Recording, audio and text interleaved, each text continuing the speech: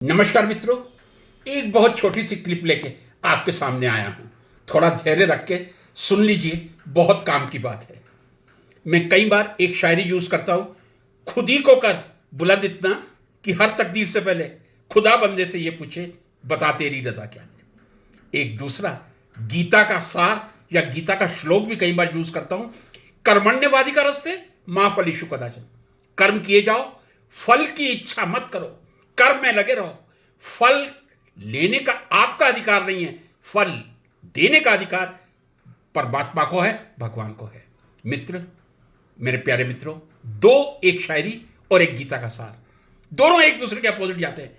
खुद ही को कर बुलंद इतना कि हर तकदीर से पहले खुदा बंदे से ये पूछे, बता तेरी रजा क्या है।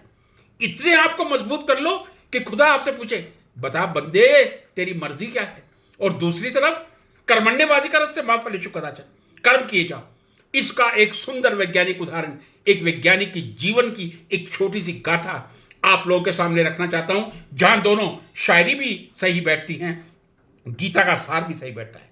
एक बहुत ही महान रसायन शास्त्री, ऑर्गेनिक केमिस्ट, कार्बनिक रसायन शास्त्री, जिन्होंने सिंथेसिस की दुनिया में तहलका मचा के रख दिया था, ऐसा सिंथेटिक ऑर्गेनिक केमिस्ट आज दिन तक इस धरती पर नहीं हुआ है। जिनका जन्म 1917 में हुआ था मैसाचुसेट्स में, जब कोई फैसिलिटी नहीं थी, तब उन्होंने अपनी लेबोरेटरी में सभी ऑर्गेनिक कंपाउंड्स, जितने कॉम्प्लेक्स ऑर्गेनिक मॉलिक्यूल्स हैं, chlorophyll, vitamin B12, स्टेचिनिन, colchicine, etc., so many alkaloids, chlorophyll, B12, that was of course a collaborative work, and certainly he received the Nobel Prize in 1965 because उसने अपने आप को इतना बुलंद कर लिया था, खुद ही होकर बुलंद इतना कि हर तकदीर से पहले खुदा बंदे से ये पूछे।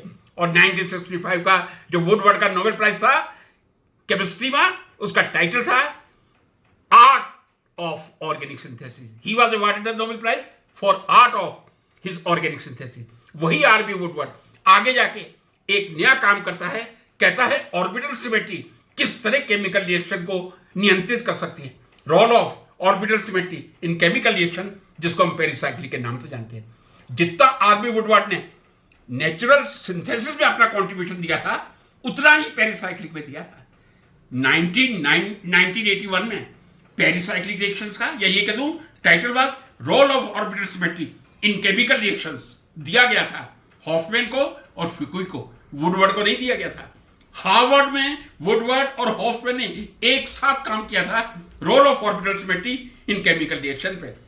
क्या कारण था? हॉफमैन को अवार्ड मिला, फुकुई को मिला।